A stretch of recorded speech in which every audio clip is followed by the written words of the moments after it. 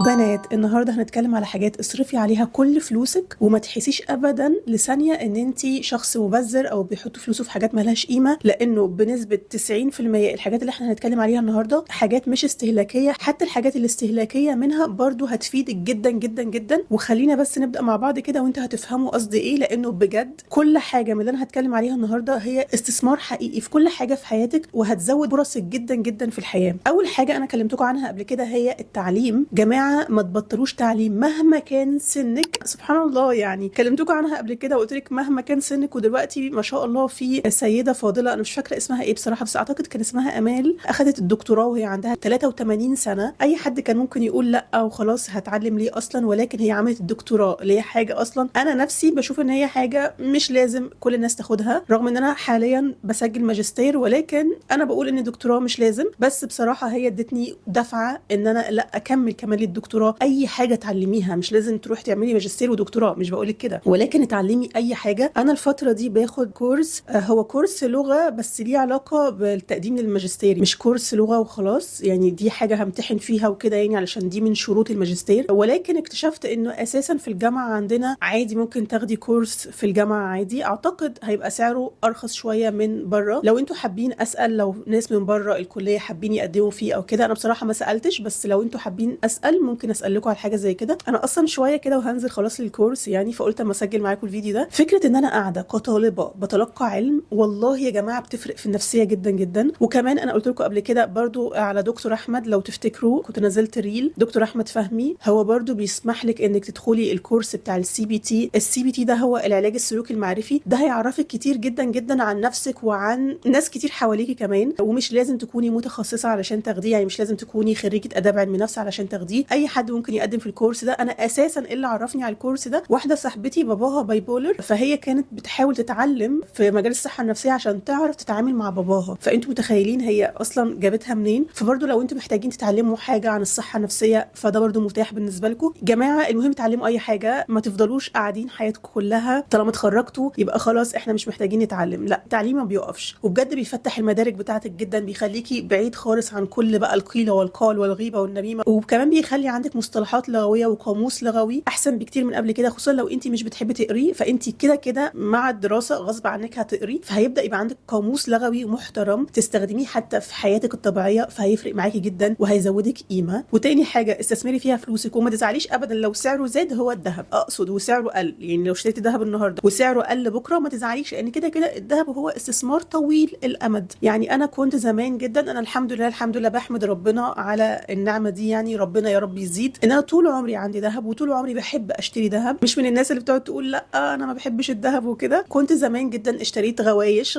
اللي هي العاديه جدا، ما كانش بهدف ان انا البسها على قد ما بهدف ان انا احط فيها فلوسي. كنت شاريه 2 طبعا غير الذهب التاني يعني اللي كان عندي الحمد لله، ولكن كنت شاريه غوشتين. الغوشتين دول كنت جايبه الواحده فيهم ب 3000. انا مش عارفه بعتها ب 50,000 او حاجه كده. كنت عايزه بقى اجدد في الذهب اللي عندي يعني انا الفتره الاخيره جددت كل ذهبي القديم باستثناء حاجه واحده بس عشان كانت جايه لي هديه. يعني لما جيت اغير اللي هو ال 3000 اللي انا جبتها من حاجه كنت جايباها تقريبا من 10 سنين، دلوقتي بقت 50,000 او 54,000 مش فاكره بصراحه. انا كنت بدلتها بكام؟ برضو كنت بدلتها السنه اللي فاتت مش السنه دي خالص. هو دلوقتي الذهب نازل جدا، فدي فرصه لو معاكي اي فلوس روحي اشتري بيها ذهب. انا للاسف مش معايا فلوس، كان نفسي قوي قوي يبقى معايا فلوس، ولكن ان شاء الله متعوضه. فالذهب من اكتر الحاجات اللي بجد هتفرق جدا جدا معاكي. وانا بصراحه من نفسي كده نفسي اشتري لنفسي حاجه دايموند برضو، اللي هو مش استثمار، ولكن انا استحق ان انا يكون عندي حاجه مش استثمار. مثلا البرفيوم في حدود من 6000 ل 10,000 جنيه. طب ما هو ده مش استثمار، ما انا بحط البرفيوم وبيخلص، ولكن انا بستثمر في نفسي وفي راحتي النفسيه. فانا بحس انه ايه يعني لما نشتري حاجه ممكن نخسر فيها شويه فلوس، عادي عادي. المهم ان انت حاسه ان انت لابسه حاجه من قيمتك من الاخر كده. وتالت حاجه هو الليزر. وكمان لو تقدري تعملي فول بادي هتبقي يعني عملتي في نفسك احلى حاجه ممكن تتعمل في حياتك، لانه الفول بادي بيريحك جدا يا جماعه. انا خلاص الحمد لله الحمد لله، وبيبدا تلاحظي النتيجه على فكره من رابع سيشن. ولو انت عندك جلد وزه بجد ما تتعبيش نفسك في كل الروتينات اللي احنا بنتكلم فيها من غير الليزر. انا جربت ده وجربت ده وجربت الروتين مع الليزر والروتين من غير الليزر، وبقول لك انه من غير الليزر ملوش لازمه، وبرده الليزر لوحده ملوش لازمه. لو انت عندك جلد وزه وبس معتمد على الليزر طبعا ملوش لازمه، لكن الاثنين الاتنين مع بعض هيفرقوا جدا جدا معاكي. الليزر من اكتر الحاجات اللي مهما حطيتي فيها فلوس هي بترجع لك انت براحه نفسيه وثقه كبيره جدا جدا في نفسك وفي جسمك. والبنت محتاجه ايه غير ان هي تكون واثقه في جسمها؟ ثقتك في جسمك دي من اكتر الحاجات اللي ممكن تفرق في نفسيتك وفي حياتك كلها وفي احساسك بقيمتك واحساسك بالاستحقاق. اصلا جسمنا بينعكس جامد جدا جدا على ثقتنا في نفسنا، مش هنضحك على بعض. بما اننا اتكلمنا على الجسم، استثمارك في الاكل عموما، الاكل الصحي عموما بجد هيفرق معاكي جدا جدا. انا لما بشوف نفسي في الصور بزعل قوي قوي. انا يا جماعه كان مفيش حد بيشوفني، مفيش حد، لان انا الحمد لله جسمي هو ما زال لحد دلوقتي اكيد شكله مش هيتغير، يعني اللي هو الساعه الرمليه. ما كانش في حد بيشوفني في حياتي الا ويقول لي انت جسمك تحفه. عمري ما كان عندي بطن حتى ولو سنتي واحد زياده. للاسف لما بشوف نفسي دلوقتي في الصور بزعل جدا، بزعل قوي قوي من نفسي، وبزعل انه ازاي سمحت لنفسي اوصل للوزن ده وللمرحله دي، وازاي ما عنديش اراده خالص كده ان انا اسيطر على الاكل شويه. مشكلتي ان انا طول حياتي، بس انا زمان كانت الجينات بتخدمني انه عادي باكل براحتي وكده، ولكن مع ان انا باكل براحتي وفي نفس الوقت قاعده في البيت. طبعا انا الفتره الاخيره بدات انزل، ولكن اغلب برضو الوقت قاعده في البيت، يعني مش بقى نزول كل يوم زي زمان. كنت باكل براحتي عادي جدا جدا. يعني انا عمري ما كنت من الناس اللي بتاكل كميات صغيره، عمري ما كنت من الناس اللي بتحافظ على وزنها، ما بتاكلش شوكليت وما بتاكلش حلويات. انا طول عمري باكل حلويات وطول عمري باكل كل حاجه، ولكن ما كنتش بتخن علشان كنت بتحرك. لكن لما بقى قعدت في البيت مع الاكل المهول اللي انا باكله، يوميا بطلب اكل من بره، ما بقدرش ما اكلش من بره، وممكن اطلب مرتين في اليوم اكل من بره. فده طبعا اجرام في حق جسمي، وجسمي لازم يعاقبني على اللي انا بعمله فيه. فاستثمارك في الاكل الصحي، هو الاكل الصحي انا عارفه ان هو غالي شويه لان البروتين اصلا غالي. استثمارك في الاكل الصحي برضو هيرجع عليكي بنفع كبير جدا جدا. من الحاجات برضو المهمه قوي هو الثيرابي. ويا جماعه الثيرابيست مش شغلانته الوحيده ان هو يقعد يسمعك وبس، لا، لو هو بيعمل كده اصلا فهو فاشل. لا، لازم يديكي تكنيكس. ولكن رحله العلاج النفسي رحله طويله جدا جدا، عشان في ناس بتحسب ان هي هتروح للثيرابيست مره ويبقى كده خلاص. لا، ولا مره ولا 20 مره، انت ممكن تقعدي سنه بتروحي للثيرابيست. بس اهم حاجه انك تختاري ثيرابيست كويس جدا جدا، يكون فعلا بيشتغل معاكي وبيديكي تكنيكس. واصبري على العلاج النفسي لان هو فعلا رحله طويله جدا جدا. انا قعدت مع الثيرابيست بتاعي تقريبا شهر بنتكلم على تكنيك واحد بس، اللي هو انماط التفكير. احنا ممكن نبقى اعمل لكم فيديو على انماط التفكير الخطا، وبعد كده فيديو تاني ازاي نعالجها. طبعا انتوا عارفين انا كده كده بدرس يعني في مجال الصحه النفسيه، فده من اختصاصي اصلا. انا قعدت شهر كامل بروح طبعا للثيرابيست، ساعات بروح له مرتين كمان في الاسبوع. شهر كامل بنتكلم بس في انماط التفكير، وبسجل كل موقف بيحصل لي في حياتي والرياكت بتاعي عليه ايه، وفكرتي عن الموقف كانت ايه، وايه نمط التفكير. لانه انك تمسكي نمط التفكير بتاعك السائد على اغلب المواقف، ده هيغير جدا جدا من شخصيتك ومن تفكيرك ومن ردود فعلك كمان بعد كده على المواقف. فرحله الثيرابي بجد مفيده جدا جدا وهتفرق معاكي جدا جدا. بس اهم حاجه زي ما قلت لكم اختيار الثيرابيست الصح، لانهم للاسف في ناس كتير قوي بتعك. وبرده من الحاجات المهمه جدا واللي ممكن تقولي لا مش هتفرق للدرجه دي، هي انك تستثمري فلوسك في مرتبه ومخده يكونوا من براند كويسه جدا. انا شاريه مخده من زمان جدا اللي هي الداعمه للفقرات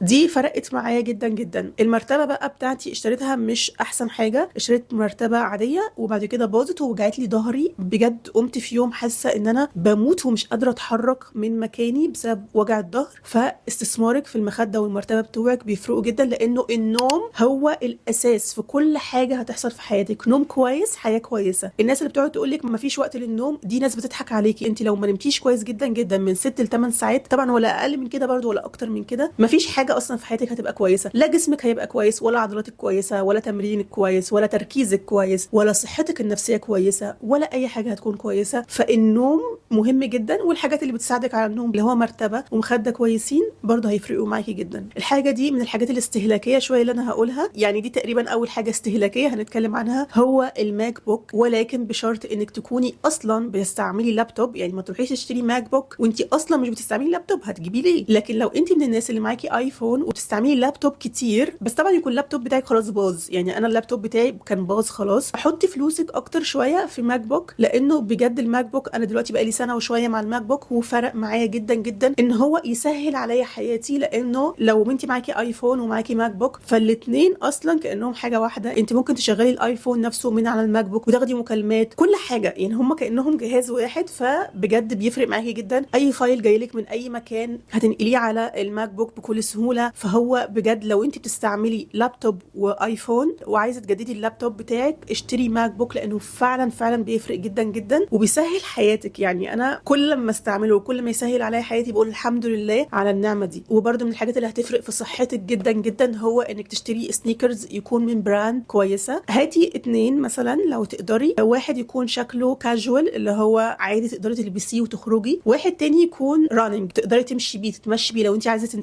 تتمشي بيه، لانه طبعا اللي هو بيكون كاجوال ده بيكون مش مناسب قوي للمشي، مش بيريح المشي قوي. لكن الحاجات اللي هي مخصصه اصلا للجري بتكون بتريحك جدا جدا في وقت التمشيه. بقالي تقريبا 5 سنين بس بلبس حاجات من براندات. جيت في مره البس سنيكر عادي كان هاي كوبي، الفرق كبير جدا جدا، كاني في التاني اللي هو الهاي كوبي ده كاني ماشيه على الارض حرفيا، وكأن رجلي وجعاني. لكن الحاجات البراند فعلا فعلا بتريح جسمك وبتريح مشيتك وبتريح رجليكي، فانت برضه تقدري تستثمري فيها فلوسك وما تحسيش ابدا ان انت رميتي فلوسك على الارض. السكين كير برضه انك تستثمري فلوسك في حاجات سكين كير حتى لو حاجات قليله جدا جدا وتكون كويسه وافكتيف هيفرق معاكي قوي، خصوصا السان سكرين. انا دايما بقول لكم، وانتوا عارفين ان انا بشتغل مع براندات مصريه كتير، ولكن دايما بقول لكم ايه، انا بستعمل السان سكرينز المصريه على ايدي. لكن لو انت عايزه تجيبي سان سكرين وفعلا تبقي واثقه ان انت تمام التمام، هو السان سكرينز الفرنساوي. وعلشان ما حدش يقول لي مقاطعه ومش مقاطعه، افان ويورياج يا جماعه مش مقاطعه، واساسا افان هو اقوى واحد رغم ان هم ما بيعملوش ماركتنج